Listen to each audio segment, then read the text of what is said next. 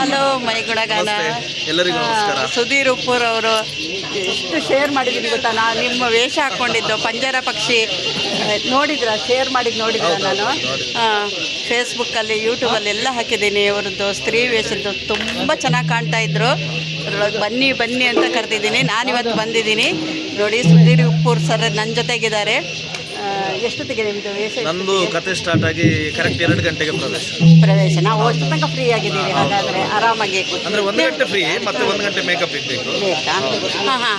ಅಲ್ಲ ನೀವು ಅದು ನೋಡಿ, ಅವರನ್ನೆಲ್ಲರೂ ಮಾತಾಡಿಸ್ತಾ ಇದ್ದಾರೆ. ಈ ಸರಿ ಹಾಲಾಡಿ ಮೇಳಕ್ಕೆ ಬಂದಿದ್ದಾರೆ ಇವರು, ಪೆರಡೂರು ಮೇಳದಲ್ಲಿ ಇದ್ದವರು. ಹೇಗೆ ಅನಿಸ್ತಾ ಇದೆ ಸರ್? ಚೆನ್ನಾಗಿದೆ. ಹಾಲಾಡಿ ಮೇಳ ನನಗೆ ತುಂಬ ಖುಷಿ ಕೊಟ್ಟಿದೆ. ಕಾರಣ ಏನಂತ ಹೇಳಿದ್ರೆ ಕಾಲಮಿತಿ ಆಟ 1:30 ತನಕ ಆಟ ಆಗುತ್ತೆ, ಮುಗಿಸಿ ಮನೆಗೆ ಹೋಗ್ಬೋದು.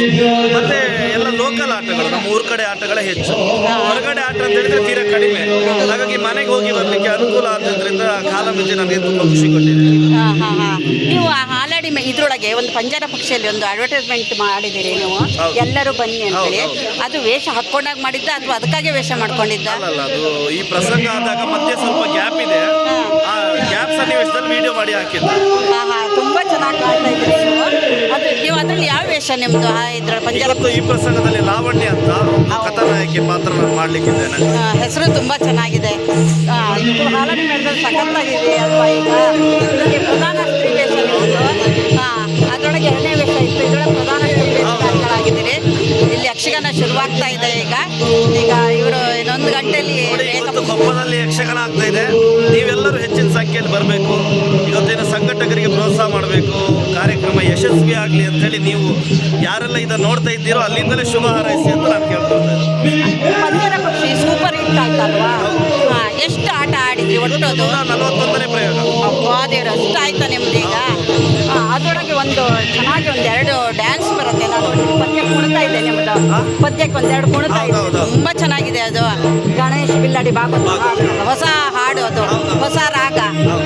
ಅದು ನೀವು ಎಲ್ಲಿ ಕಲ್ತ್ಕೊಂಡಿದ್ರ ಮೊದಲಯ್ಯ? ಇಲ್ಲ, ಅದು ಡ್ಯಾನ್ಸ್ ಸ್ವಲ್ಪ ಪ್ರಾಕ್ಟೀಸ್ ಮಾಡಿದ್ದು ನಾವು. ಯಾವುದು ಅಂತ ಹೇಳಿದ್ರೆ ಇದು ಬಡಪಾನ ನೃತ್ಯ ಒಂದುಂಟು, ಅದು ನಾವು ಸ್ವಲ್ಪ ಪ್ರಾಕ್ಟೀಸ್ ಮಾಡಿದ್ದು. ಮತ್ತೆ ಮತ್ತೊಂದು ಪದ್ಯ ಅಂದ್ರೆ ರಂಗಸ್ಥಳದಲ್ಲ ಸೆಟ್ಟಿಂಗ್ ಮಾಡ್ಕೊಂಡು. ಹೌದಾ? ತುಂಬಾ ಚೆನ್ನಾಗಿದೆ. ಅದರೊಳಗೆ ಹೊಸ ಸ್ಟೆಪ್ ಎಲ್ಲ ಕಲ್ತ್ಕೊಂಡಿದ್ದೀರಿ. ಹಾಲಕ್ಕಿ ನೃತ್ಯ ಅವನು. ಆಮೇಲೆ ಒಂಥರ ಸಿನಿಮಾದಲ್ಲಿ ಮಾಡಿದ ಹಾಗೆ ಸಿನಿಮಾ ನೋಡಿದಾಗ ಆಗತ್ತೆ ನಮಗದು ವೇಷ ಯಕ್ಷಗಾನದ್ದು.